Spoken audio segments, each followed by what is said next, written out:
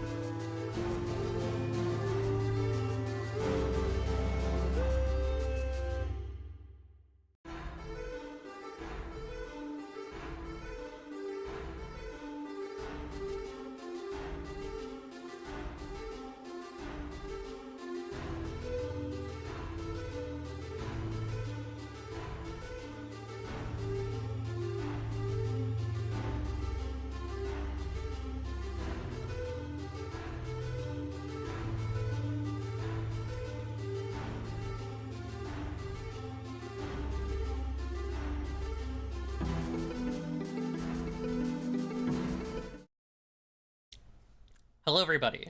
It is April 21st, 2025, 7:02 p.m. EST, and you're watching the Dovecote episode 66 with Austin Ramsay and Christine Blight. Austin, Christine, in whatever order you'd like to, please introduce yourselves to my waiting, hungry audience. Hi, everyone.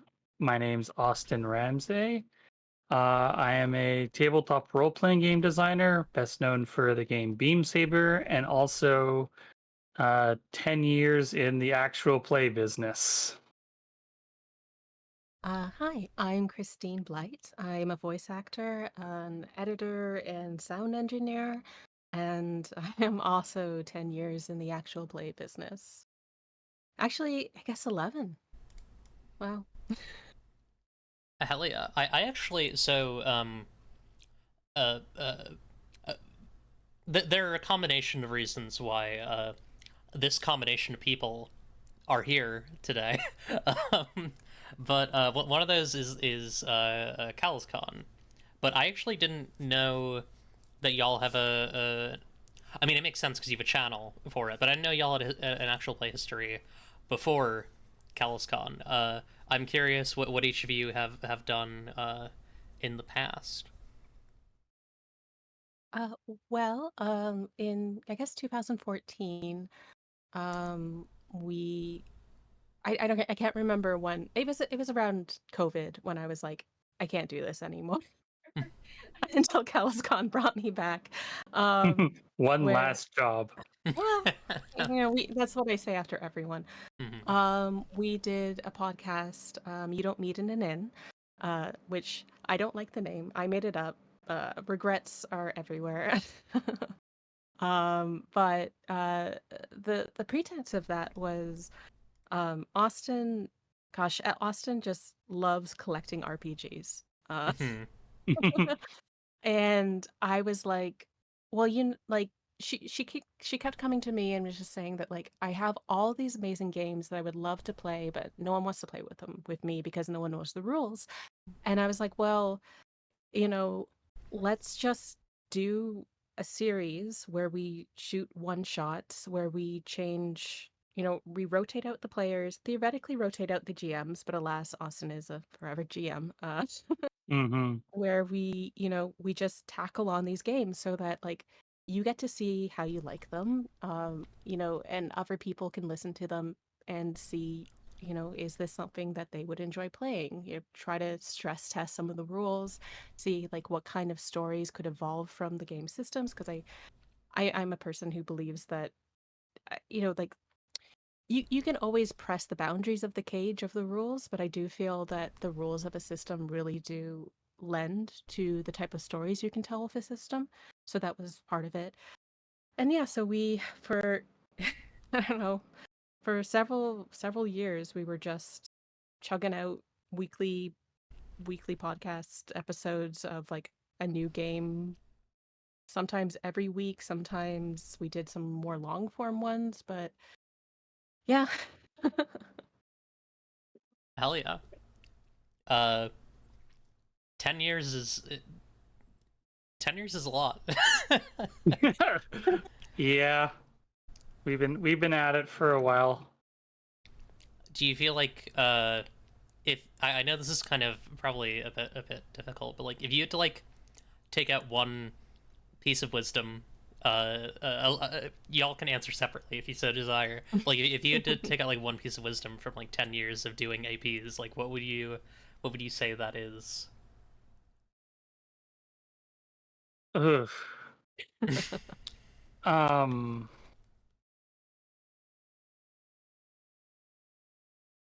Develop a good system of communications with your players.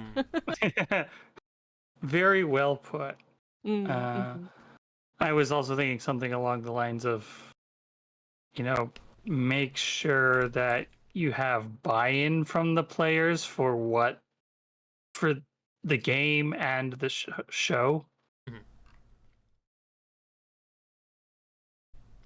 Um, I'm curious.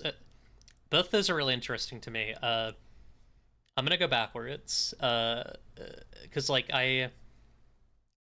I'm curious in terms of like getting buy-in from players. Like something that I've definitely struggled with in making my own APs is I'm never sure how to balance as like an organizer or often as a GM producer, like mixed role. If I should be going for if I should be getting together a group of cool people and then asking them what they want to do, or if I should be coming to a group of cool people and being like, "Hey, look at this cool thing that I have, this cool idea that Mm. I have." What sort of direction do y'all Like, what balance of those things do y'all usually go for, or is it something else? It I usually handled the organization side of the show, and what it usually happened was I would pick a game that I was interested in running or facilitating, and then I would think about the players that we had worked with, either previously or were thinking about working with, and I would pick players who I felt were a good match for the tone of the game. Hmm. Because some players just don't have a serious bone in their body. Mhm. And so there is absolutely no hope of telling a serious story if they're involved. And then sometimes there's, players who don't get along well, um, even though both are very good people and are joys to play with. Um, so yeah, it's just a lot of uh, consideration in that regards, particularly around making sure the players were a good fit for the game that I wanted to do, because a lot of the players that we worked with weren't familiar with a wide variety of tabletop role-playing games. Hmm. They knew D&D, they might know a couple others, but we were bringing some really obscure stuff to the table for the podcast. Mhm. Yeah. Let me try and give folks a sense of that, because this is this is why they pay me the big bucks to be a journalist. I'm not a journalist. I I went to journalism school and then quit. Oh dear. Well, I mean, I didn't quit journalism school. I quit doing journalism type stuff, but I don't really know much about what games you've played in the past. I suppose I could just ask you, what are some of those games? Oh boy. I mean, it's a long list here. I can Mhm. I can put the link in the Twitch chat. Yeah. Um, what have we played? We've played Big Eye Small Mouth Third Edition, Apocalypse Oh, hell World, yeah. Sorry. Everyone is John, Fiasco, It Came from Somewhere Else, Fate, Lasers and Feelings, Faith, One Last Job, Unknown Army Second Edition, Unknown Armies Third Edition, All Flesh Must Be Eaten, Lady Blackbird, Savage Worlds, Poor Mm-hmm. Unfortunate Fools, Monster Hearts, Dogs in the Mm-hmm. Vineyard, Engine Heart, Paranoia 5th Edition, Magister Lore, The Quiet Year, The Fifth World, Mermaid Adventures, Doe Pilgrims of the Flying Temple, Dread Open Legend, Unbelievable Macho Bullshit, Microscope, One Ugly Motherfucker, Dungeon World, Golden Sea, Stories from the Grave, One Missed Call, Showdown, Starcrossed, Murderous Ghost, Geiger Counter, Spindle Wheel, Velvet Glove, and Fancy Craft. Some good ass games. So also some like dog shit games that are like awesome. Like Big Eyes Small Mouth is dog water, but it's so fun to fuck around in. Yeah, yeah, that was actually the very first game we released was Big Eye Small to Mouth, Oh god. because there is effectively a module that I wrote for it years and years ago. Okay. Like the module even basically predates the podcast, because it was a way of getting people who weren't familiar with tabletop role playing games to A, try them, and B, try something other than D&D, Mhm. because the module is based around the idea that you play characters from popular culture, and Mhm. then those get statted out and thrown into the same uh, uh, conflict, in a sense. So I've run it a few times with a wide variety of characters, but yeah. So that was one of the first things we ran to try and ease some of the players in it into the idea of playing tabletop role playing games by way of the familiar fan favorite characters. Okay. That's fun. There's almost some like proto interstitial. I don't know when that was being done. I guess that'd be around the time of interstitial, right? If it was like No, this I'm pretty sure predates Interstitial. okay. Interstitial, I think, was around the same time that I was working on Beam Saber. because Riley and I were in the same design group. So that would put it Right. around 2018. We released those episodes in like May of 2014. Oh, okay. There's something. But Oh, sorry. Good. I was just gonna say, but it's not exactly a rare concept, the idea of doing the crossover fic. Yeah, I am realizing that like there's a continuity of uh like folks who worked in and around a sphere that was kind of uh like in the orbit of what uh of things that like became the Friends of the Table fandom and Moonshot. Like in terms of just like people I've had on the show recently, because I've had Kovita, I've had Sasha Renaud, and I've had you. um Yeah, all three of us were in the same design group. okay, yeah, that's really interesting.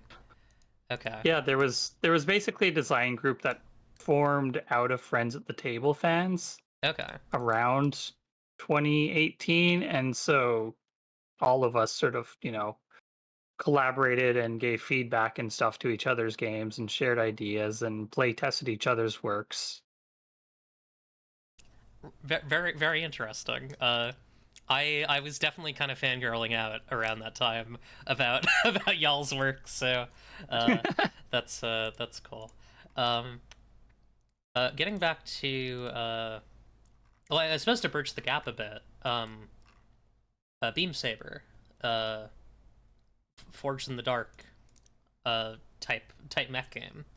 Um, Hmm. that game's been out for a bit. How are you feeling about it as like a thing that that you've had out for a while and are still working on? Um, Tired. Mhm. um, I I am sometimes very tired of the core rules. I don't mind working on the like supplements. Like last year, I put out like 5 new short supplements for the game, 5 or 6, something like that. And then just this past weekend, I put out an update to the biggest supplement, the Growing Conflict. Mhm. Um, but I want to work on other stuff. I just keep having ideas for it. It's the problem. That's real. I have games that I haven't put out that I, I keep I keep doing that with. So I I can appreciate that. It's fucking real.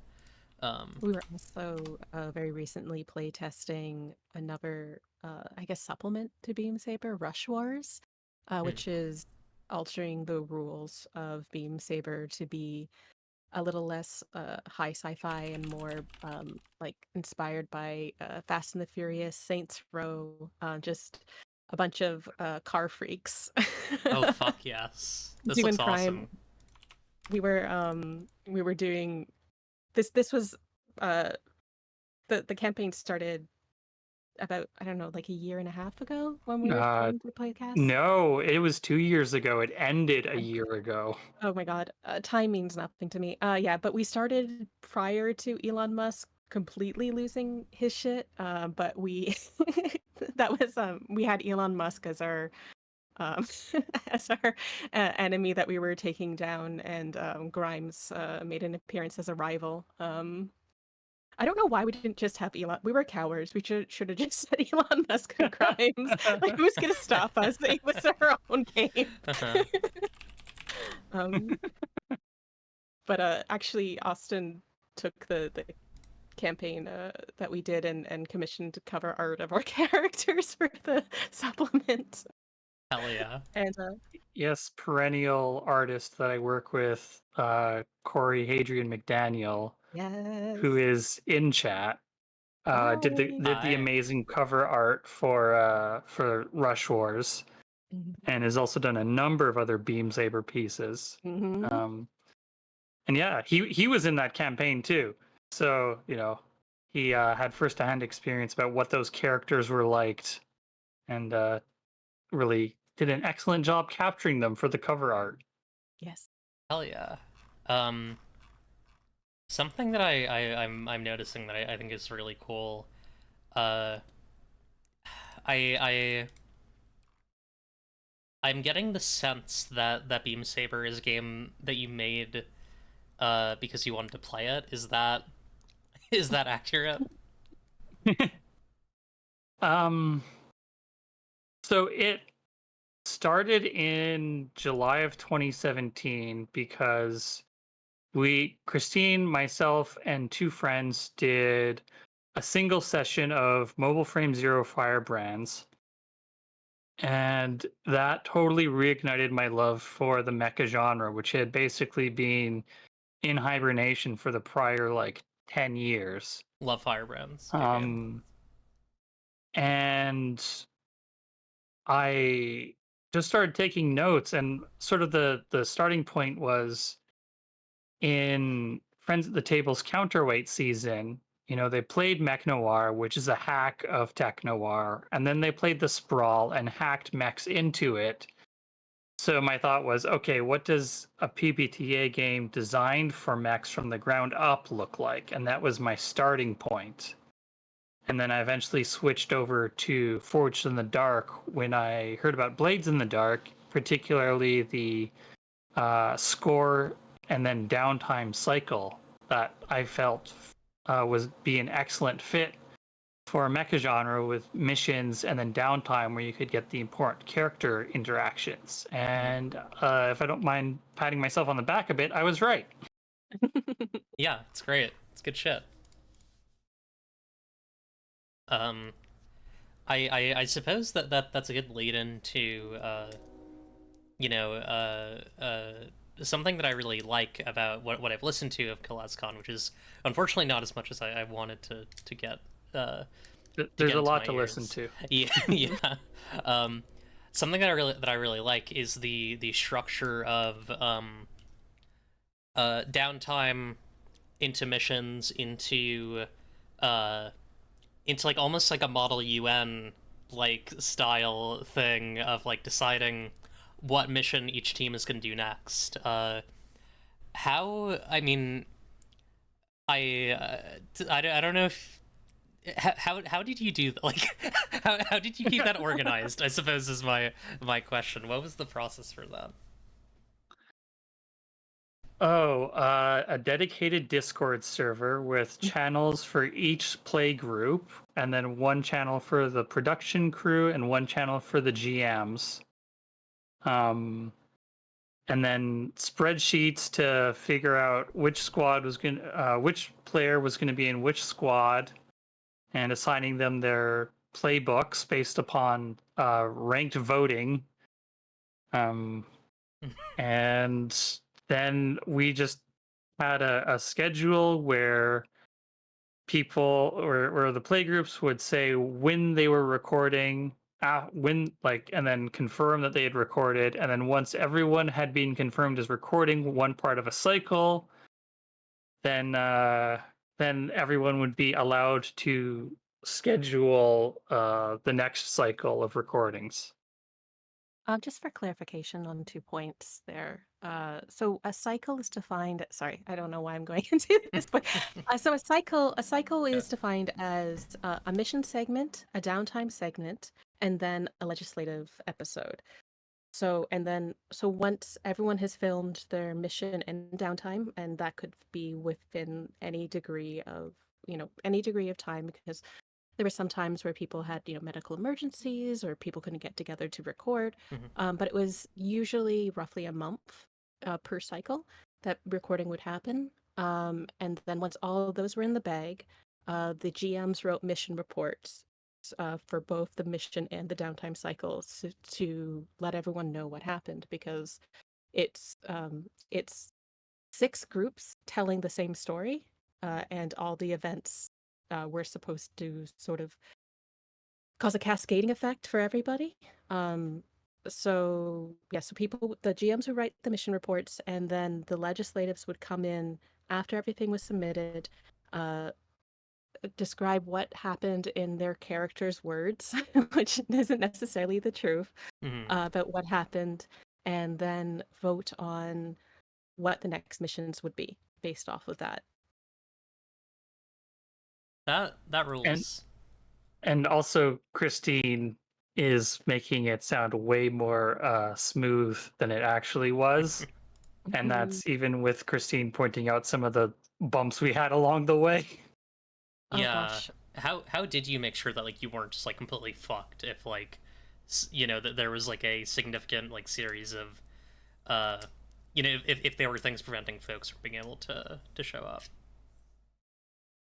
Well, we kept it so that the cycles were paired together because that was like one Hmm. unit of time passing. So if there was a significant delay, which there was at one point, then we simply just told people that they had to wait to record. And then usually people could find time within a month or so to each recording session was suggested to be between 3.5 to 4 hours. I I just got done. I'm still editing it. It's like Hmm. 2 years out. I'm still working on them. I mean, it seems It's quite a huge.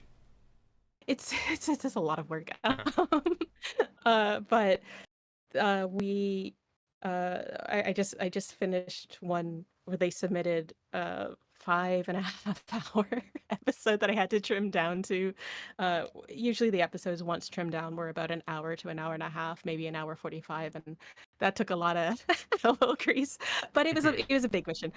But yeah, but typically people could set aside around 4 hours or 48 hours a month, you know, Hmm. not super easy, of course, because, we're all adults and we do have a lot of responsibilities and challenges coming up. But people did manage to find that. Hell yeah. Oh, sorry. Also, Austin, when organizing who went into which play group, that was predominantly chosen because of who was in what time zone. Because we do Yeah. Hmm. have people I want to say all around the world, all around the Western world. We have people in Canada, US, and the UK. And then one itinerant player who happened to be somewhere in mainland Europe, Hmm. uh, who, when they applied, was in the west coast of the US. And then Oh. once we had started recording, had moved to Europe. Uh, so that made that group's scheduling interesting, I'm sure, but Yeah. I was not in charge of scheduling other people's sessions. So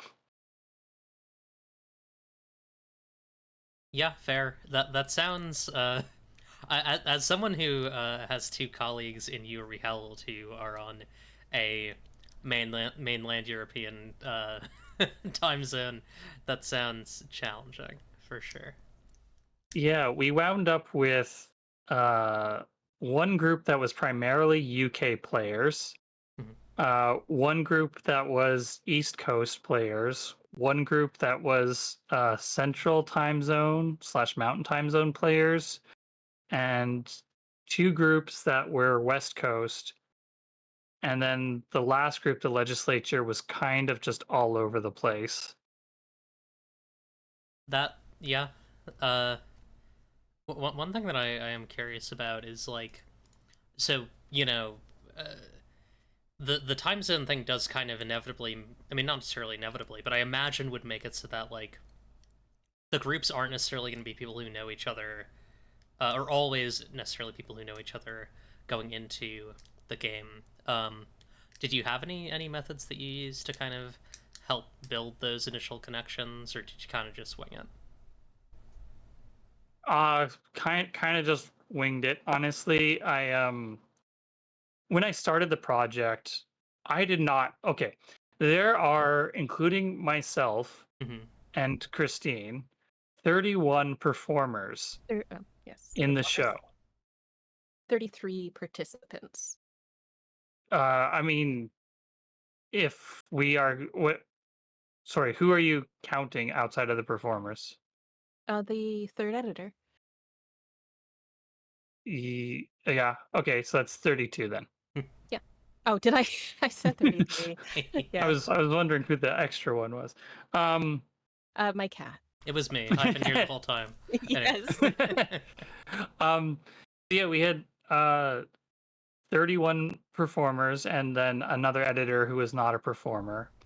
I did not know that many performers before the show started, or knew that many people who would want to be in an actual play.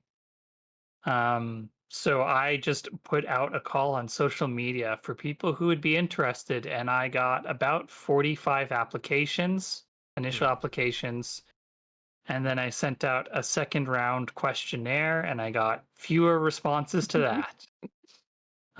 So there was a minute amount of leeway for people who were available for the show, which was lucky because 2 people dropped out before we started, before contracts were signed, Hmm. for various reasons. But those who did sign the contracts stuck it out, thankfully. um, yeah, so because a lot of these people were people that I did not know, a lot of the groups were strangers to each other. There was, I think, uh, there was 3 groups where at least 2 of the players knew each other. Okay. Um, yeah, and then just by happenstance, one of the groups, um, I paired up one of the players with, or 2 of the players knew each other, but I was unaware of that, and but the others who knew each other, I knew about that beforehand. Um, like Christine's group, she was playing with Hadrian, who, as I said, we've played games with before. Um, and Also then one of my best friends. and then one of the West Coast groups, the 2 of the players were roommates, and then in the UK group, there was 2 pairs of 2 players who knew each other separately, and I only knew about one of those pairs beforehand. That's really funny. Because I was fans of their own actual play, Admiralty Blues. Shoutouts to that show, which is another Beam Saber actual play. So yeah, I was happy to have them. Hell yeah. Cool. I realized that before the show, I told you the questions that I normally ask, and I got very. I also warned you that we sometimes don't go through those questions, and that happened. I will nonetheless ask: are any of you, are either of you working on or playing anything cool lately? I'd love to hear. I mean, right now I'm still in the class zone, just vortex. It kind of Hmm. it really took over my life, which I'll get into a little bit later once Austin's finished saying what she wants to say. But other than that, I've been doing. I help Austin with her writing. I always say, Beam Saber and other things can be definitely made without me, but I do a lot of polishing up, editing initial layouts, do art for them, do covers sometimes. I think it's important to. I don't know if it was ever said. Austin and I have been together for like Hmm. I don't know. Is it? Since we were 22 or Yeah, 23, I don't know. and Like 14 years, coming up 15 years. So Damn. yeah, and it's important to me that when you're in a partnership, that if you have a skill that you can contribute to personal projects, you should. And so that sort of led me down in, into into this world. um yeah, Christine is wonderfully multi-talented. As she said, she's helped me out with a lot of different stuff with my game design, and I frequently, the only thing she didn't mention is the fact that I often bounce ideas off of her when I'm stuck with a mechanic. Hmm. mhm. How do you balance? This is something that like I've thought a lot about because I have business partners who are also partners. Mhm. How do you two balance that element of it? Kind of, being creative collaborators and partners. It really just it comes down to respect that we Mm, don't always agree with things, particularly, you know, whatever whoever's the main force behind a project gets final say, of course. But it really just has to come down to even if we disagree, we respect each other as people, we respect each other as artists. We might fight hard for well, okay, I'm the fighter. mm. I am the fighter for, like if you send out this PDF with that image on it, I am burning this house to the ground. But um, but ultimately, it's just respecting someone as an artist and a partner. It can get a little you have to be very conscientious of it sometimes, especially with working on CallusCon, which um again I'll get into a little bit later. It just it's sometimes hard when like the lines are very blurred between okay, this is technically my boss and my romantic partner, Mhm. and also I'm doing some of the boss's job. So things can be a little frustrating sometimes because you can't leave it at the office. Um, but I love her a lot. And I'm so happy Yeah. to be with her and to be creating things with her. And it really boils down to that where I'm so happy that I can be with someone and work with someone and, you know, make a life and make a life and art with them is very important to me. So, Hell Yep. yeah. I don't think I have much more to say than that, other than the fact that I have a tendency to be a bit messy in my work, and notoriously, I have terrible uh, uh, image balancing skills or layout skills, and that sometimes drives Christine nuts. Hmm. well, I guess I'll get into it now. Yeah, get So into with it. with CallusCon, so originally I was brought on as a player and as an editor.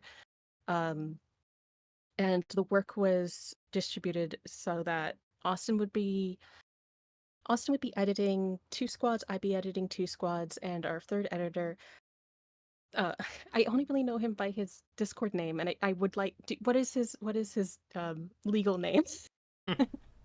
I think it's Maurice. I wanted to have his last name. I want to advertise him because he did a lot of really important work, but it was just one of the situations where that's where it was sort of settled, and that's what I signed up for. And then um we actually haven't discussed this because at the time it was too much. But Uh, in the middle of recording, so Austin's mother has cancer. Um Okay. and in the middle of recording, she she had a bad turn. And we at that time we were already providing a lot of care for her.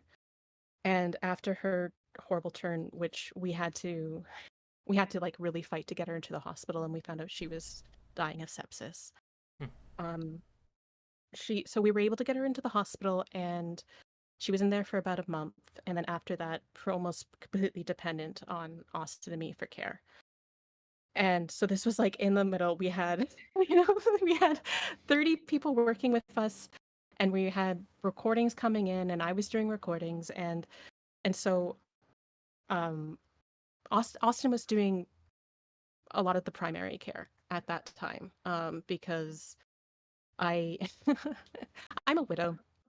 My husband had cancer when I was in my early 20s, and um, so it's hard taking care of a dying person, and I am willing to contribute to that. But um, I couldn't be the primary caregiver again. I Mhm. was fine being a secondary caregiver. Sorry, this is very intense for this No, job. it's totally okay. I appreciate Yeah. you. I appreciate the candor. Absolutely. So as that was happening, we we were scrambling to we were just really scrambling to keep the show upright because we felt like a lot of people were depending on us, which, they were. So I ended up taking a good deal amount of work on my shoulders. So I think in the description you have me as the sound editor, but I kind of came away with the CallusCon. I am performer, editors. I ended up taking on all the sound balancing just because when I was listening to the submitted episodes, the balancing, you could really tell that a different hand was touching each of the tracks, and I wanted a cohesive sound for the project. And listen, if there's anything about me, I love work. I I am a husky. If I am not working, I am chewing up the couch. So, I took on all the sound balancing, and then I took on designing art for the show. I did cover art with Hadrian McDaniel, and I also helped Hadrian make some of the icons because it's a podcast and a YouTube show. Austin wanted to make sure that both audiences would, you know, it, there's different audiences in different formats, and she wanted to make sure that anyone who wanted to enjoy the show in the way that they preferred had an opportunity to do so. So and then I also took over a lot of managerial duties at the same time, and like it was it's I don't really remember all the stuff that I had done on the podcast, but there was times in doing it where I've since shifted away from that, but because there was that backlog of episodes that Austin needed to work on that eventually just shifted onto me. I took over editing duties for one of her squads. I was just going to bed, waking up, working until I went to sleep again, and didn't take weekends. So it was, but that's also on me. Yes. So To give myself a bit of an alibi, I was telling her not to work on weekends. yes, but like we had a schedule that we had to submit by because so it was a little bit overwhelming because we had backers, right? And people were Yeah. already asking, why isn't this out yet? And so, you know, that was an issue. I am I am down to taking weekends again, and I now actually take breaks when I work. So, but yeah, but also I'm kind of now filling in the space of less work with more of like, well, what some kind of advertising can we do for this project? Because this project's very important to me because it's not just the work that I've put into it. It's, we have 30 other people who have done such good work. It's actually a little embarrassing because I spend so much time with these people and these characters in my head. I am such a fan of some of these people and some of the characters. I like all of our players and all of our characters, but I'm a fan for some of them. And it's just very important to me that like I want people to see it. I want people to be able to listen to it. You know, the it's just I learned how to use a Vocaloider to do the show for just a what I thought would be a little funny one-off character to sound like Daft Punk, and then everyone fell in love with that character, and they appear a lot. Good.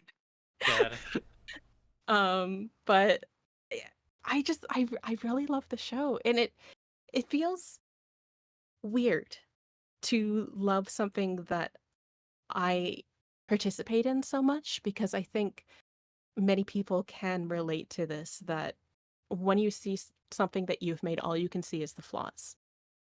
But because it's such a huge production, all I'm seeing, well, okay, not all I'm seeing. I can't, there's some episode I can't listen to because I'm like, oh, I can hear where I need to adjust the sound in this point, and but mostly what I hear is everyone's just Herculean amount of work that they've put into their characters, and oh gosh, all the GMs worked so hard on this, and it's just so lovely. And it's not even the amount of work. It's good.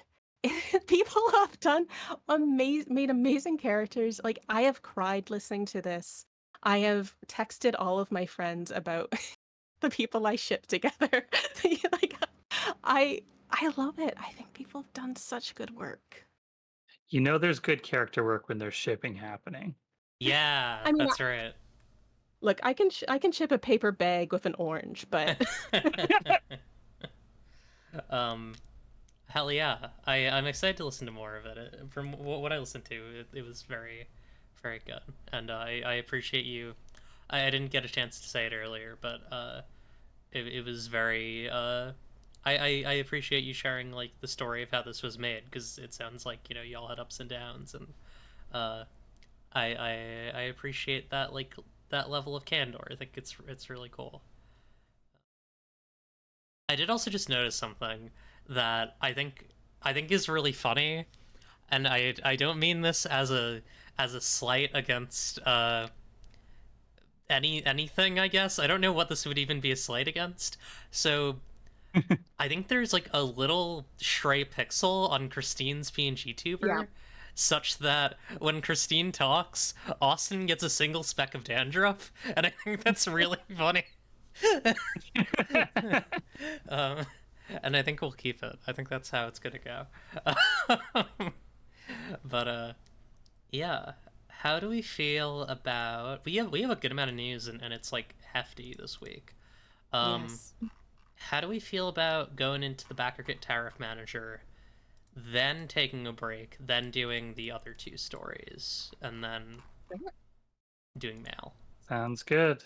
Okay, please, folks, send questions for myself, for Christine, for Austin, at darlingdemoneclipse@gmail.com. Ask questions about Beam Saber, about Kelliscon, about You Don't Mean an Inn, about games, about life, about the world. I don't know. You got options. Yeah. So we're gonna go into the news. Cordis the newsbird coming in from the Vatican. We don't know what Cordis did. We've done it. We've done it, folks. I don't endorse or abhor Cordis or anything that may or may have not have happened. So the first story is from BackerKit, this BackerKit tariff manager. BackerKit has a bunch of like little tools that you can use, like its editing suite and cross collab and all sorts of other stuff. When I say editing, I meant advertising suite. They've added a tariff manager that lets you apply a tariff fee as a separate line item into backers' carts. That is based on their region. So you can see like this. It is currently in beta. And they have a bunch of information here. Yeah, really interesting. I'm I don't have mixed feelings about this decision, because I think this is the right move. I'm just curious about like what the impact of this is going to be. Yeah. And, like, So yeah. I used BackerKit's Pledge Manager for the Beam Saber Kickstarter, and I think I'm very glad that my crowdfunding predated all of this nonsense. I think this would be a very useful tool if I was having to deal with it. The only thing that I worry about is that, and like, I don't think that BackerKit would be able to solve this problem, but the fact that the person running the crowdfunding campaign needs to be the one to input the tariff charge that is specific to the country into the tariff manager. And with the way that, the tariffs have been changing the last month, up Week, and day, down, hour.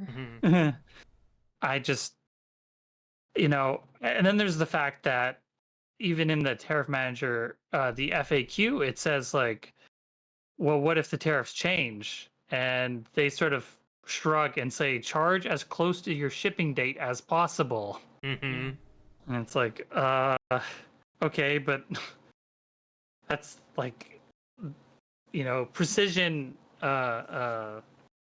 logistics like that, companies tend to have very large logistics departments for that sort of, what's it called? Last mile shipping Mm-hmm. or whatever, last minute shipping, something like that. And a lot of times these crowdfunding campaigns are extremely small teams doing it. So I mean, it's a good tool. And also, I don't know how much stress it actually alleviates for the people using it, unfortunately. Mm-hmm. I'm also like, it's also just like another thing that like consumers have to worry about on the front end, right? Like in terms of fees, because like right now, I mean, I'm running, I'm working on getting Dracotrification out, and like for people who I have to ship to the UK or France, pre-tariff, like I was charging them an arm and a leg because like Mhm. shipping was so expensive before the fucking tariffs, and it was getting more expensive before the tariffs, and now it's even more expensive, and I just worry about like it is good that like a creator can like set up these different like regional tariff fees, but it's unfortunate that might draw people away potentially. I don't know, but get this I guy out of here. wonder, you know, I always wonder how, like, I mean, fingers crossed that it's not going to be a problem for too long, and that's all I'm going to say about that. But I do wonder if the economic uncertainty, we'll say, will shift creatives more less towards physical content and more towards digital, like provide resources for people to print out their own boards if it's a board game, or or maybe launch more towards digital spaces and game design, like fit the digital game design, which, you know, serves its purpose, of course, but there is something special about physical media. Also in terms of archiving, physical media is obviously best for that. But, I wonder if that's going to shape it, is I guess what I'm saying. Yeah, I've already seen some people talking about how uh, uh, future board gaming products and miniature gaming products might just switch to selling 3D print files Hmm. for their customers instead of actually selling the miniatures themselves. Yeah, that makes sense. I wonder how accessible that is though. I mean, I guess a lot of libraries these days have 3D printers, depending where you I mean, live. I think we have in Toronto one that does 3D printing. I might be wrong on that. It's been a while since I last checked. But and then of course the booking fees for that and the time needed to make a single to like make a single print. Yeah, It's and some cities will have maker spaces or 3D printers you can hire, but Mhm. that obviously is also still cost prohibitive for many players. Mhm. And of course we're talking about resources of a city, not resources of like Hmm. a rural community. Yeah, it's I'm also like uh, I, I suppose my my general thought on this is wow, things are so fucked. It's I guess where I am on this.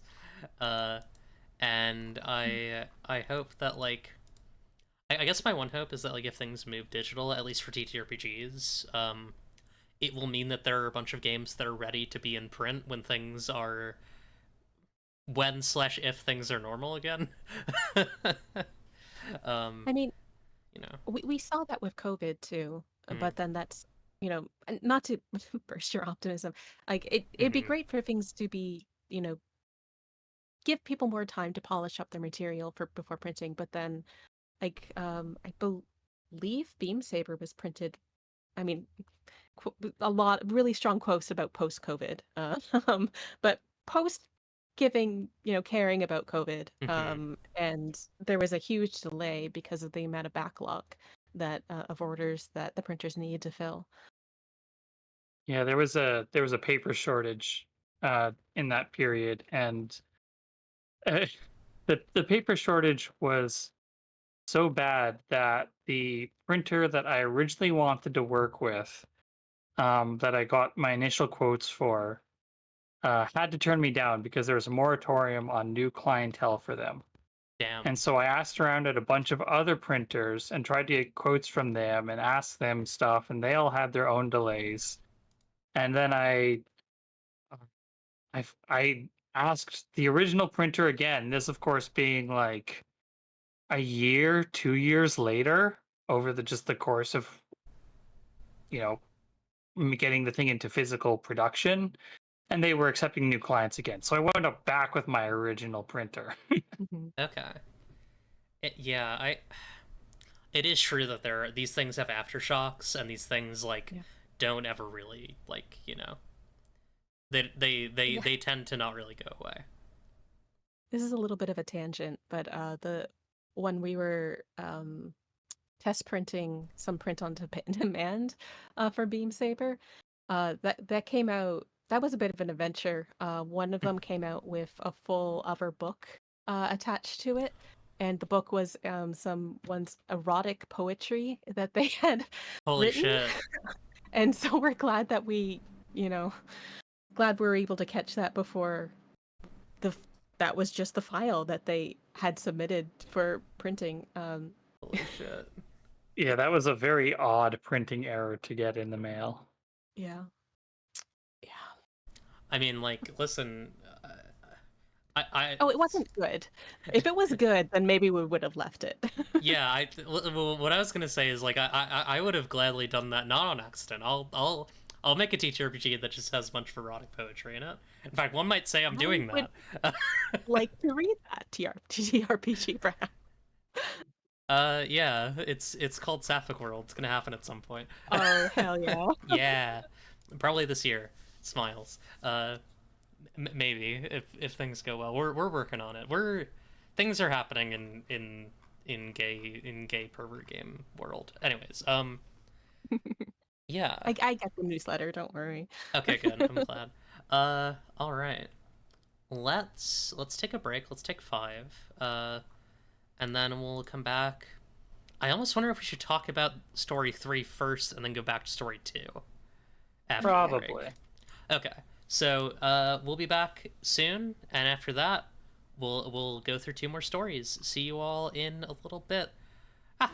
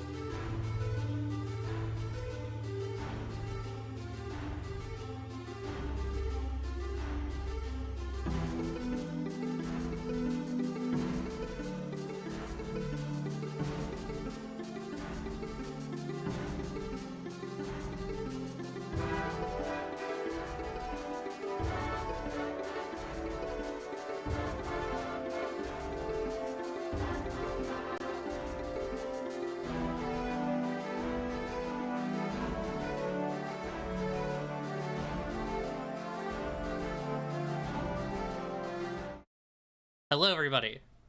Welcome back to the Dovecote episode 66 with Christine Blight and Austin Ramsay. We are going to continue diving into the news. We're going to talk more about tariffs. Yay! It's everyone's favorite subject, tariffs. This one's interesting, though. So, I have to be honest, I actually have not read this yet. Because it happened today, shortly before we started. Or at least we became aware of it shortly before we started. So from Stone Mayer Games, who make Dovecote, Finspan, Vantage, Wingspan, and a bunch of other stuff. Mostly, I believe mostly board games, right? Yeah. But yeah, we are suing the president. This is pretty short, I'll just read this. We are joining a lawsuit that will challenge the president's unchecked authority to impose tariffs. We will not stand idly by while our livelihoods and the livelihoods of thousands of small business owners and contractors in the U.S., along with the customers whose pursuit of happiness we hold dear, are treated like pawns in a political game. Like many tabletop publishers, import code, we started print runs of products before the president took office, and now we face an unprecedented $14.50 tariff tax for every $10 we spent on manufacturing with our trusted long-term partner in China. For Stone Mayer Games alone, a U.S.-based company in which all 8 employees are U.S. citizens, that amounts to upcoming tariff payments of nearly $1.5 million. If the tariffs are damaging your business as well, please contact me at jamie@stonemayer.com, and I will connect you with the law firm. There's no cost to join the lawsuit. I try to lead with compassion and empathy, so legal action is very low on my list of ways to handle difficult situations.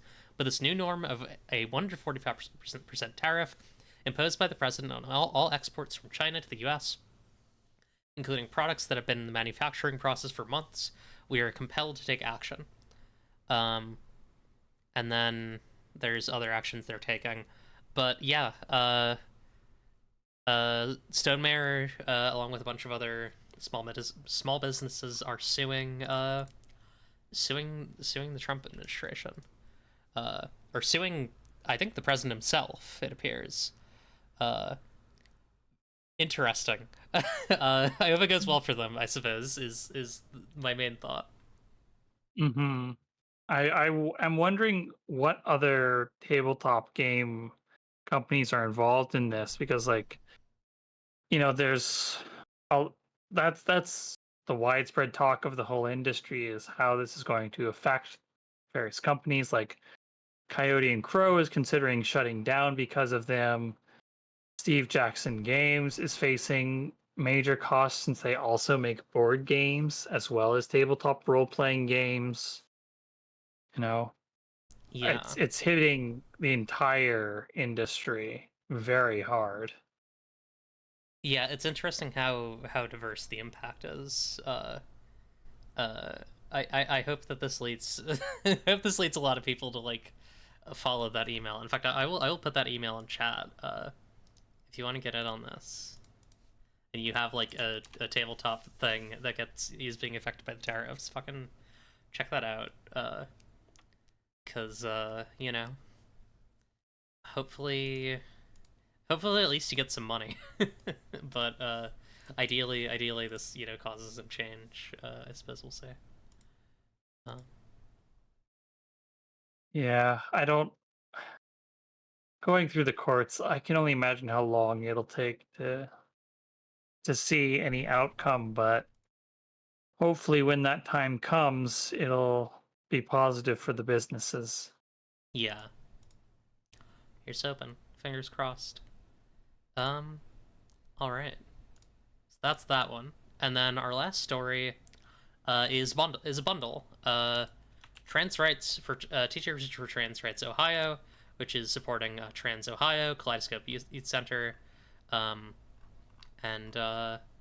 yeah, they it's $5 for 467 games, usually an estimated 1.7K. So you should wrap that. I also wanted to do a sidebar on this. Although, do y'all want to highlight any games that are in this before I do my sidebar? I scrolled through it a bit, and I did not. There are so many games in this that I don't think I saw a single one that I've actually played. Let's see. I am familiar with Lo Thy Dread Empire, but I have not actually played that. I have just have like read a little bit of it. Eyes on the Prize by my partner in Your Beheld and Sapphic World and other games. Ira Prince smiles. Glitter Hearts, which I've played. I've heard good things about Paris Gondo. I've heard good things about Rosewood Abbey. Heard good things about Songbirds 3E. I've really been meaning to play that. Uh, da da da. I'm sure that there are games in here that I've actually played. Praying deep and hard on it. I mean, there's 467 of them, so decent Yeah. shot, I suppose.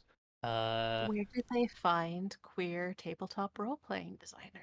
Yeah, it's so strange. I'm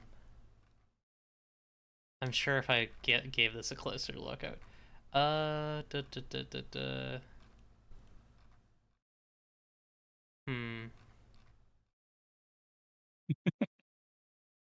A variety Oh, of I've played games. Boyfriend Dungeon. Oh hell yeah. A lot of stuff here. A lot of like small like games that I've not heard of. Not necessarily small games. I don't want to imply that they're small because they might be huge games, right? I don't know. I haven't read them, but a lot of games that I've never heard of, which is good.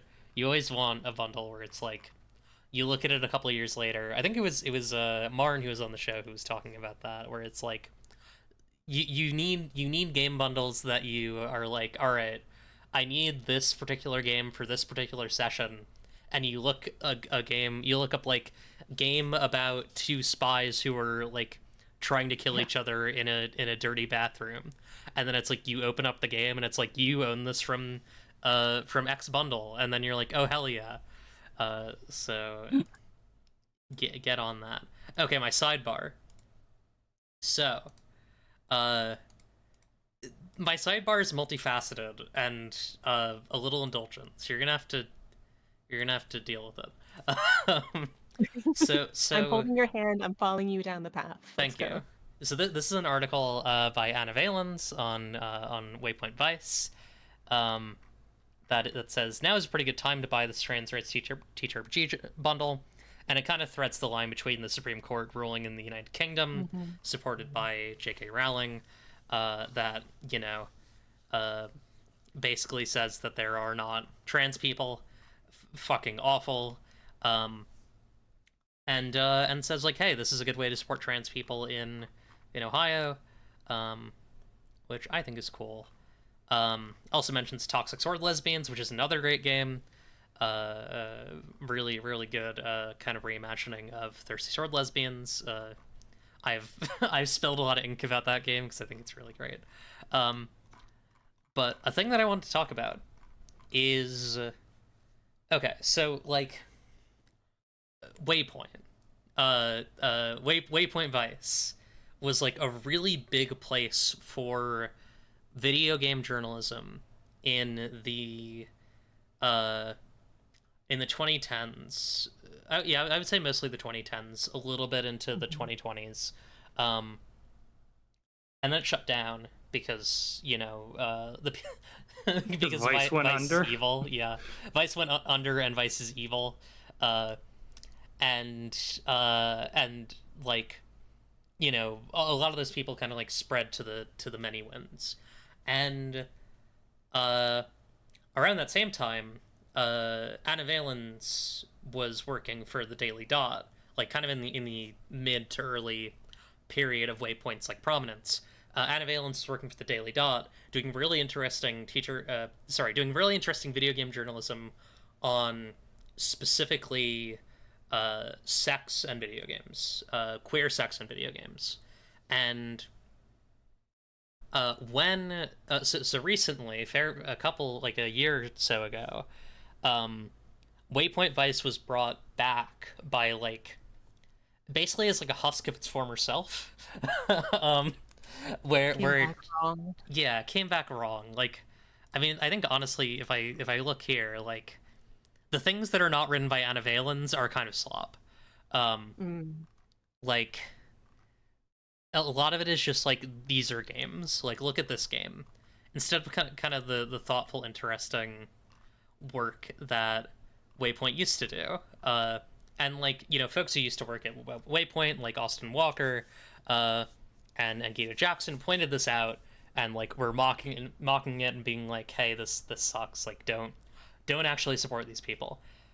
However, I really respect what Anna does. I really respect Anna's work, and like Anna is kind of actually doing Waypoint shit, you know? Like, if you look at the things that Anna's like covered recently, like, um, this talking about like this like fascist VTuber, um, talking about like an old like gender swap game, talking about fucking Marvel Rivals swimsuit skins, which like good for her. Like she's clearly having fun.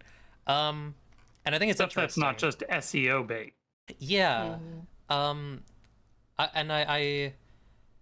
I'm intrigued by this, and I also I've seen that like Anna has an interest in doing some TTRPG stuff, and I'm like I'm putting my fingers together and smiling and like hoping that I have actually reached out to her about talking about quote unquote cigarette games, big air quotes.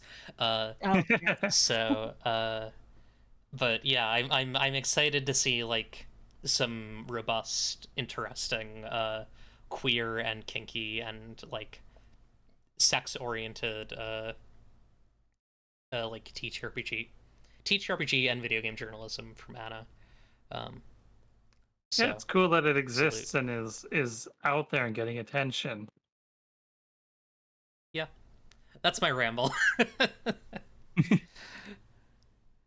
thing that I wanted to bring up, since this seems like the space of it, Yeah. where Beam Saber has um kind of a joke within the community that it hits you with the trans beam.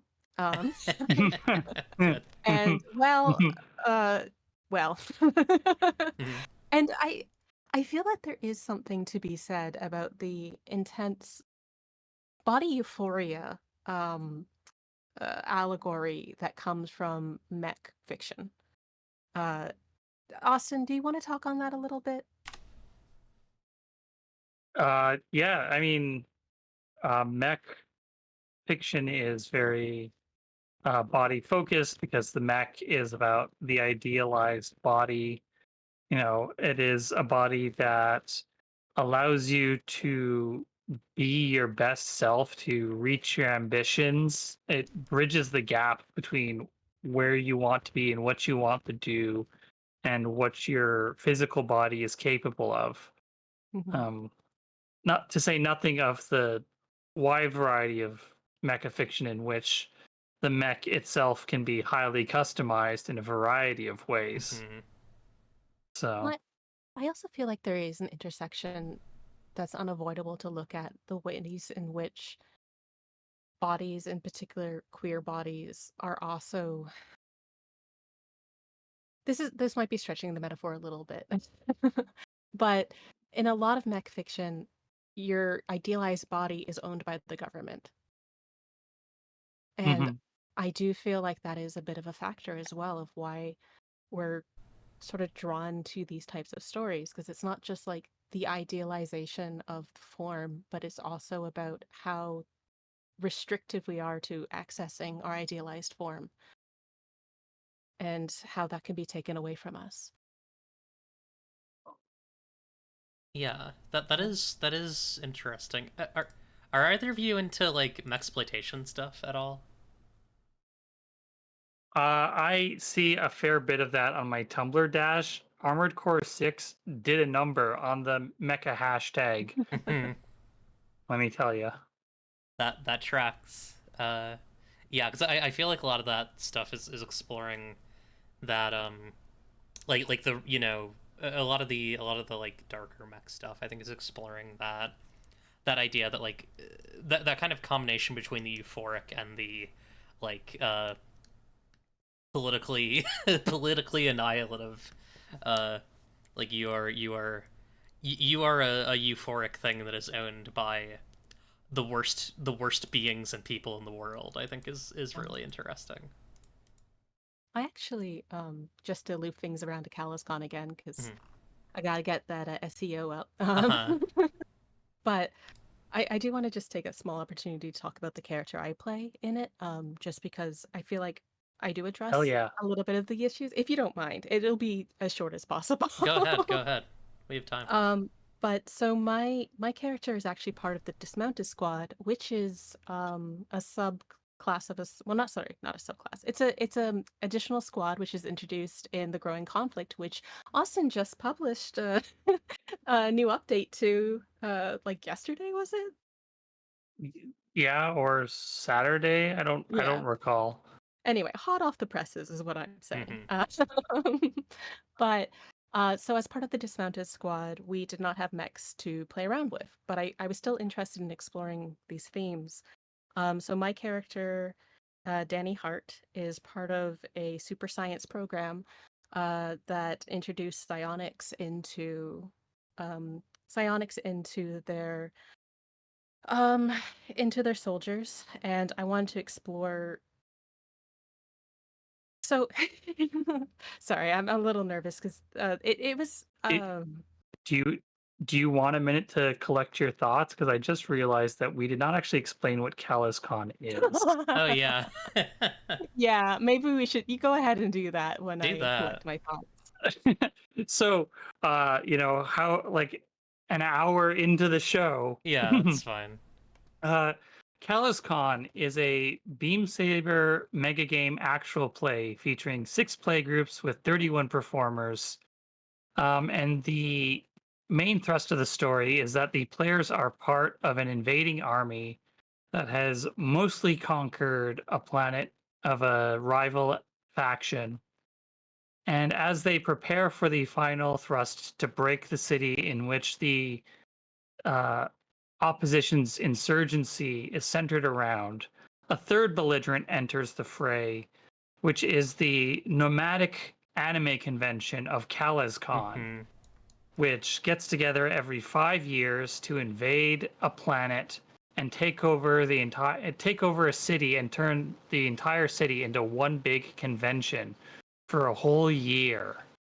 And so it's sort of a meditation on fandom and what that can do to people. At the start of every episode, I say the content warnings are about war, colonial occupation, obsession, and the many forms of violence those inflict. And that's sort of like the main thematic thrust of the game is, you've got people here who are in like the war machine of an empire, albeit a democratic one, facing off against an insurgency and civilians who are trapped by their invasion, and then also this third group of obsessives who come in to really mix things up. Yeah. Something I really like about that conceit that I'm like immediately compelled by, and I have not listened to enough to really know if you get into this, but I feel like you probably do, which is the vibe of like, yeah, like the the aesthetics of any given empire, the aesthetics of any given occupying force are like so arbitrary that they might as well be an anime. Like it might as well be a fandom. Yeah, there's sort of like, I would say that the three, like, CalisCon did not start as this show. It's originally a setting that appears in the Growing Conflict supplement, albeit under some different circumstances. It was adjusted to better fit an actual play format. But the original setting in this does carry over to the show, is inspired by three main things. One is Gundam fandom specifically and anime fandom generally. I'm a big fan of Gundam, and so I see a lot of really bad takes about the series and about the franchise since it has been going for 40 years now. Um, the second thing is the 501st Legion, which is a group of Star Wars fans who dress up as stormtroopers primarily, but also occasionally other members of you know, the Empire. And they all show up in large groups to conventions and also do charity work. You know, they raise money at their events for charity. And so there's this sort of weird intersection between play acting as fascists and raising money for charity that Mhm. is a little uh, brain breaking. And then the third thing is the green zone that the U.S. military erected in Baghdad in the war in Iraq. You know, just this uh, cordoned off area in the middle of a foreign city where businesses familiar to U.S. troops were injected into it, so that they could get their McDonald's without having to interact with the wider city and populace. I'm getting a little bit of static on your mic, Austin. I'm noticing. Oh, uh, I was I don't know what to do about that because I have not really touched my mic since earlier. Uh, Um, hmm. Okay, that's fine. It's not too bad.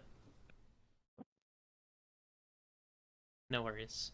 yeah. Christine, do you have your Yeah, dandy thoughts together? Because I think we'll do yeah, that and then I we'll go to do. the mail. I guess I'll say first off, content warning for medical trauma. Hmm.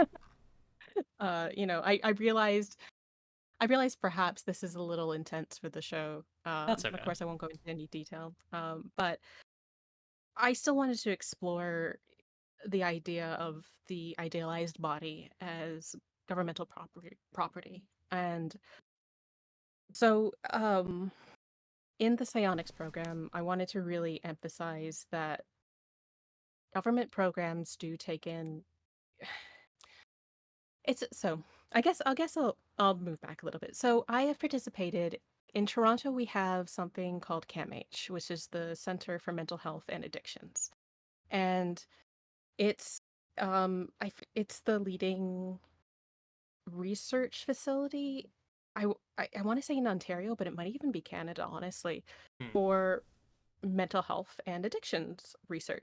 However, that is that is on the backs of people who are or too poor or lack resources otherwise to seek help from elsewhere. Um, and I have used it. I have found a lot of help with it. Also, I have felt victimized by it. Um, Particularly, I was in a program once where they wanted to do an experimental treatment for PTSD, and I did a couple of rounds of electrocompulsive therapy with them, and it made it worse. And when I dropped out, they just when you leave the program, they don't give any follow up support. So they put you on Hmm. medications. They'll do very intensive procedures on your mind and body, and then sort of okay, well, goodbye. Sort that out with Woof. your other doctors. Um, so I am very grateful for the help that I have found there, and also I don't think that it's above criticism that we we get life-saving research, but on the backs of the disabled and the poor and people who are just desperate for help. And that's what I wanted to play with Danny, where she applied for the program because her family was in massive debt for the government. I think a lot of Canadians never really forgot, at least I didn't, but like the amount of debt that farmers in Canada suffered from post war, where Hmm. you know the lands were sort of over. I might be talking out of my ass on this, but from what I remember of the history classes, lands were sort of like uh, were over farmed and the nutrients stripped from it, and then you're sort of left desolate when the lands can no longer produce as much.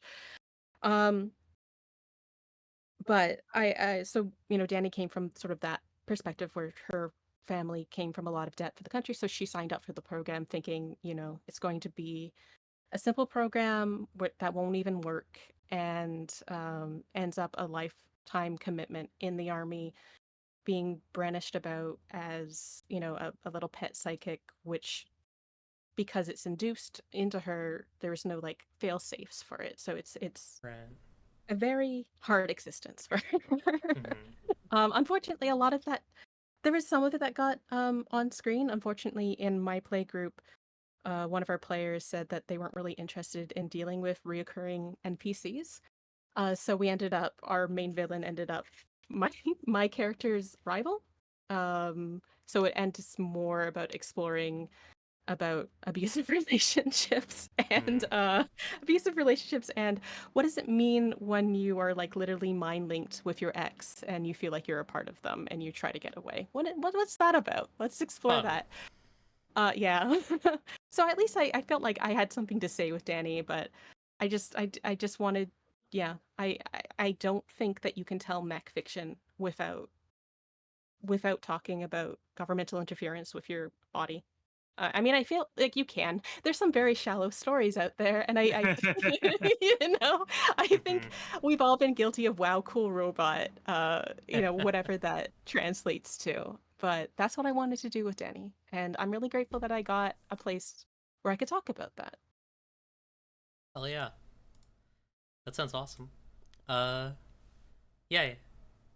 I think it's really cool. Like, it's always really cool, like hearing about how someone uses like play to explore things they've gone through, or things they want to explore in a game, and like how those things can shift depending on the needs of a That group. It's always really cool. that is something that I always appreciate about the characters Christine plays, is that she puts a lot of thought into what narrative themes that her character invokes Yeah. once the character gets to the table, and you know whether or not those themes are able to be drawn out, in play. The fact that or drawn out and played by other people, to be clear, Mhm. Christine always does a good job of embodying them. Yeah. I mean, to be fair, the last character I played for the Rush Wars campaign where we were playtesting was basically what if Bugs Bunny was mean actually and did a lot of weed. So Awesome. I don't know how contextual that is. Bugs Bunny should do weed soon. No, yeah, absolutely. So shall we look at the male Yes. Sounds good. and maybe even the female? Anyway, uh, Oh, hang on, wait. Is this? Can y'all see this? Yeah. yes. Let's do it this way then. Okay, from Corey I'm McDaniel, call I'm calling this out. This is Hadrian. from Hadrian to us. There are two questions. One for Christine. You mentioned ships. Best Kelescon ship. Spill it. Okay, the best one is a spoiler, and so I shan't say it. um, but I'll just say it's in the squad pizza. Um, and I think people will know it when it gets around to it. That's my favorite. My second favorite is I like the weird energy in Terminal Company between Julius, Mike, and Ipse. Mike is an engineer. Ipse is an artificial person, and Julius is just a big old freak. And they got Pointedly, Julius and Ipse do not like each they other. do not like each other. Julius is was a commanding officer of an oppositional army. I don't think it's a spoiler to say that he I mean it's very early on that he'll confess to this. He put his lover on a suicide mission and they did not come back from it, and Uh, he lost his hope and love for the country and signed up for the opposing army. And he's dealing with that and dealing with I really love the characters. Dealing with not trusting his ability to command and looking for guidance, one might say. And yeah, there's a lot of weird energy that I like. I like it. And then of course there's also the ship of the commanding officer of the 86 and me. Yay! Yeah. No mention of Zach and Danny as a Oh, favorite yeah, ship. the abusive guy and the person who's been trying to run away from them and getting back together and tearing apart for literally 30 years. Yeah, for some reason I don't love that ship. Interesting. Listen, let me just say, I might be telling on myself, like where it is at right now, I do not ship them. But like there is times in their life where they're both toxic that I could If it's both their fault, it's listen. fine. If it's both their fault, you know, I'll watch. I understand. Thank you. Thank you. We have another question from the same person. To both of you, despite the amount of work, do you feel the call to try another project like ClassCon in the future? Fuck no. Okay. Listen to me. You listen to me right now. Halfway through the project, I would wake Austin up in the middle of the night and I'd say, just get your okay, this clarification, I am joking. But I would get up in the middle of the night, wake her up and whisper in her ear, if you ever make me do another project like this, the world will end. No, but I did halfway through the project say like we are never doing this anything like this ever again. And then and then about like a quarter way or 3/4 through the project, I started making notes about like here's how to streamline doing a project of this scale again. I think that the scale was too big. Mm-hmm. I I could see a mega story being told by like 4 groups of people, with like a tighter ship. I have a whole document of notes about how I would do it better next time. And honestly, my work is running out. I should be done within a month or so, and I'm looking at that couch cushion, you know? I'm gonna rip Mm-hmm. it up if I don't get more work to do. Um So I think we're going to be taking a break. I actually have I have a surgery that's going to be going on in a week. So Wishing you I am luck. on forced bed. Thank you. It shouldn't be too bad. But I am on forced bed rest. And then I think after CallusCon is done for real, I will be also on forced bed rest. Mm-hmm. But then I don't know, man. You'll want I again. I Yeah. want to do it again. I not this exactly, but like especially with the people working in the groups, if I could work with some like there's definitely like the top of the tops to me that I would love to work with again. And yeah. Yeah. And All right. I also have ideas for what another big project kind of like this would be, but it would not be groups in parallel, it would be groups in series. Mm. I think that would probably be easier to manage. I think. I don't know. I got a document, man. We'll talk about it. Awesome. Okay. I Next. like how the answer from both of us went from like absolutely not to well You maybe, will. just like You will. kombucha gif. You will. It will happen. It's gonna happen. I promise you. Uh, Playtests.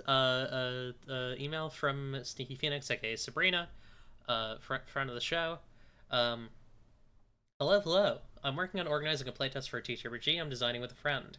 We have the players, but finding time is always a doozy. And also, since it's both a hidden role game and a moderately intimate game, an interesting challenge for facing is finding groups where people are comfortable playing with each other. Do you have any fun stories about issues popping up during playtesting/APs? Any insights on organizing games as a whole? I know that's 2 Story? questions.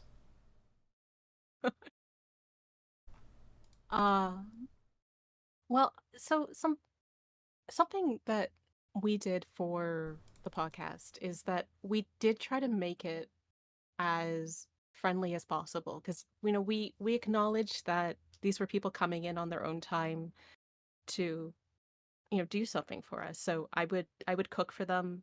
We would usually be friends with them beforehand. Sometimes we had some people who were friends of friends who came in, who were excellent. But part of it was that like we are a group of friends that you know are committed to helping each other, and so there's a give and take there. Not suggesting obviously that that's not how your friend work works, but I think going in with the spirit of energy that that they are sacrificing something for you, even if they're having a fun time. Um, There's a degree to work in playtesting. yes, Mhm. absolutely. Um, Groups where people are comfortable playing with each other.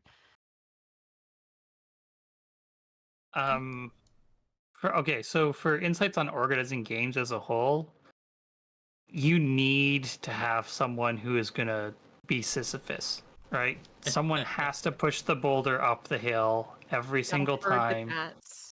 Usually it's the GM, but as if you're the game designer who's running playtesting, it might be you instead of the GM. Mhm.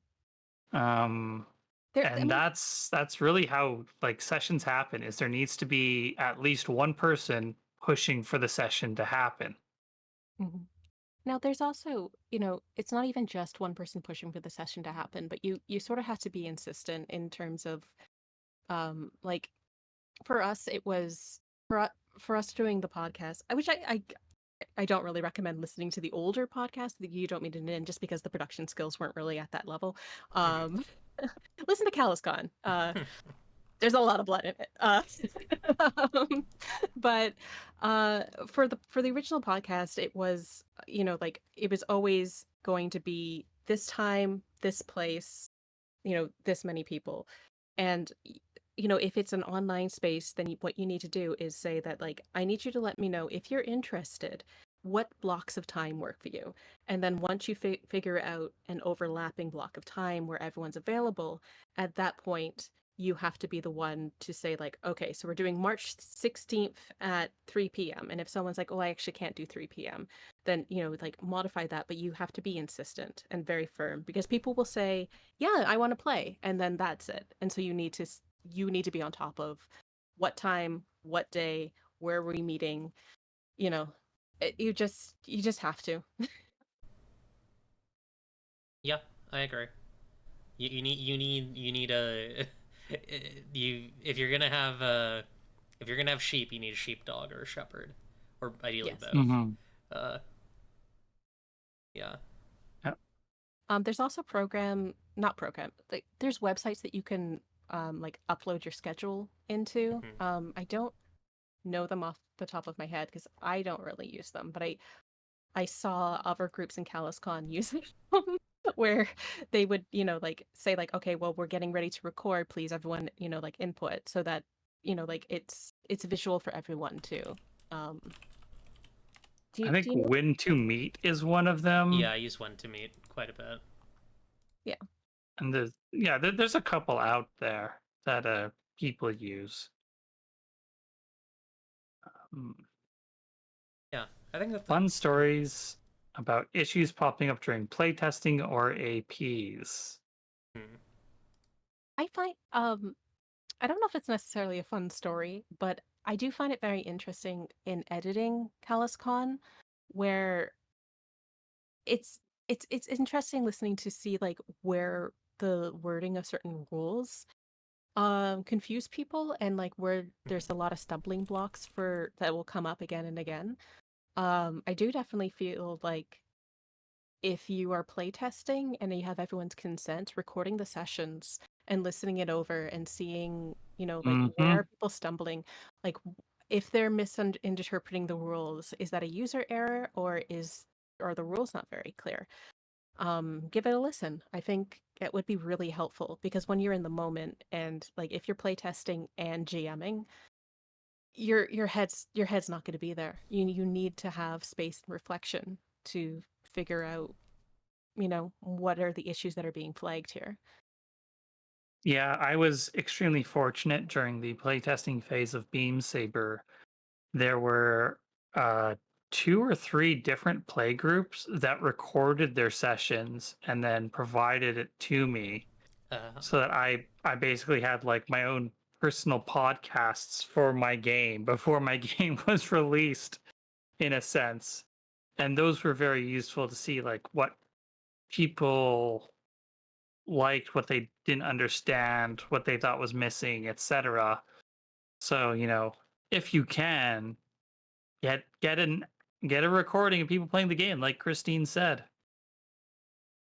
Yeah, I know Jess Levine uh did a bunch of like really cool for Planet Fist had a server for a while where she would like help facilitate organizing games of Planet Fist that would be recorded Mhm. and then she would like and there was also like a feedback form that she had and she would like listen to the recordings, like go through the feedback and like kind of parse it as best as she could.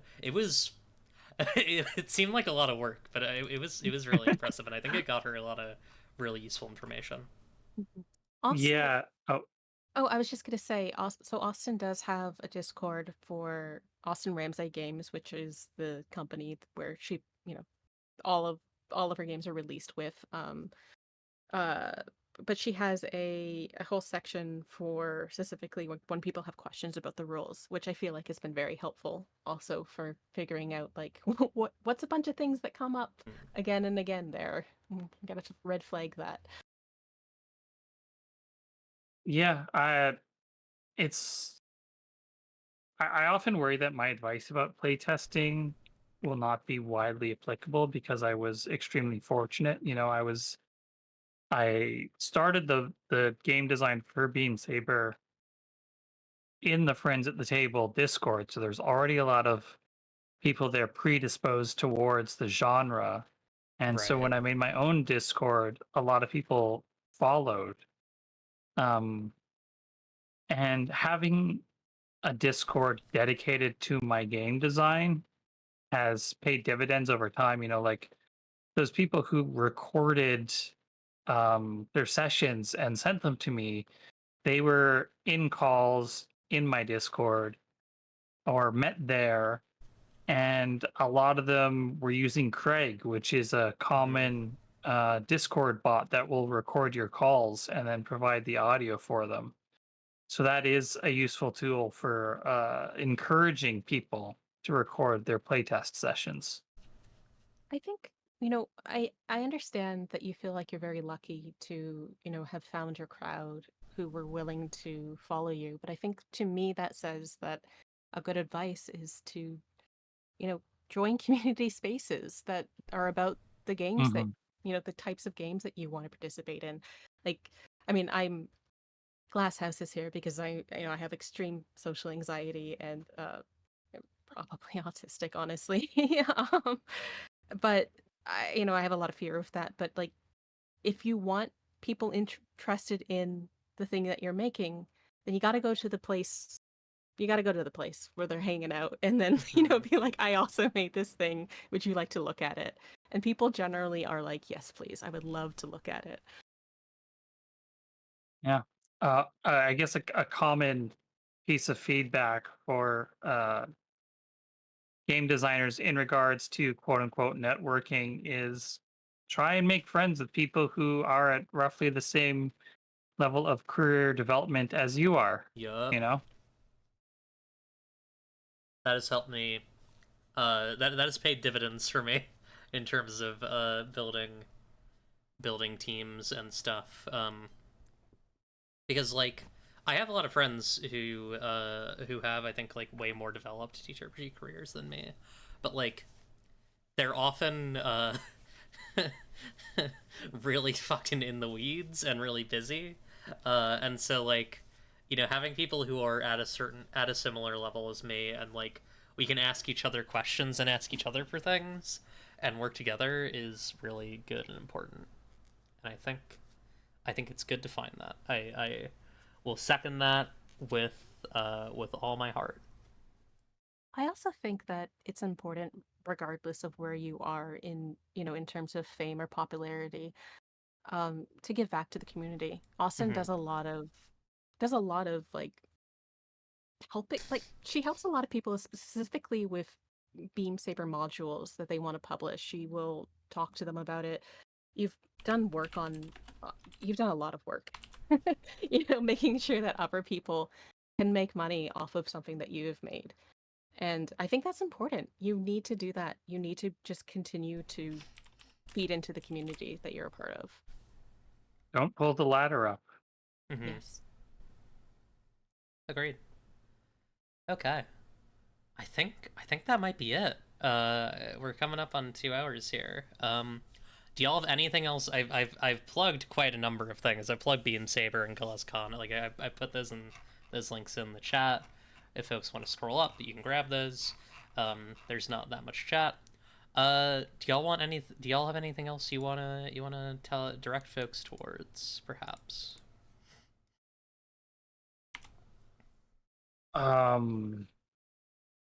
I guess you posted links to my games. I will say that I have games there that are not just Beam Saber. Whoa. So if mechs are not your genre are not your cup of tea, there's probably something there for you. I've got a game that's inspired by Teenage Mutant Ninja Turtles called Age Range Altered Creature Heroes. I've got a sort of noir vibe game called In the Air Tonight. I've got a horror game called Alone in the House. There's a wide variety of games that I have on my itch store. Most of them are pretty inexpensive. And so, yeah, check it out. There might be something for you that you weren't aware of, because Beam Saber is really the only one that people know. Maybe a little bit of In the Air Tonight. Check them out. Check out Austin's awesome games. Okay. As for me, I'm still chained to the desk for CalsCon. I do voice work. I usually do it under a pseudonym, but I'll do work under my own name sometimes. If you're interested in that, just cvblight@gmail.com. And yeah, I don't know. I guess I'm technically an editor. It's just always under duress. Mm-hmm. She is very good at both of those things, to be clear, both the editing and the voice acting. Thank you. Yay. Hell yeah. Okay. I'm gonna raid a person. Thank you so much, both of you, for being on here. I really appreciate it. This was a lovely, lovely episode. All right. Yeah, thanks for having us. Yay. Bye. Bye, everyone. Bye. Remember, if you don't like what you see, you can change it. It's up to you, really. Goodbye, good luck, and have fun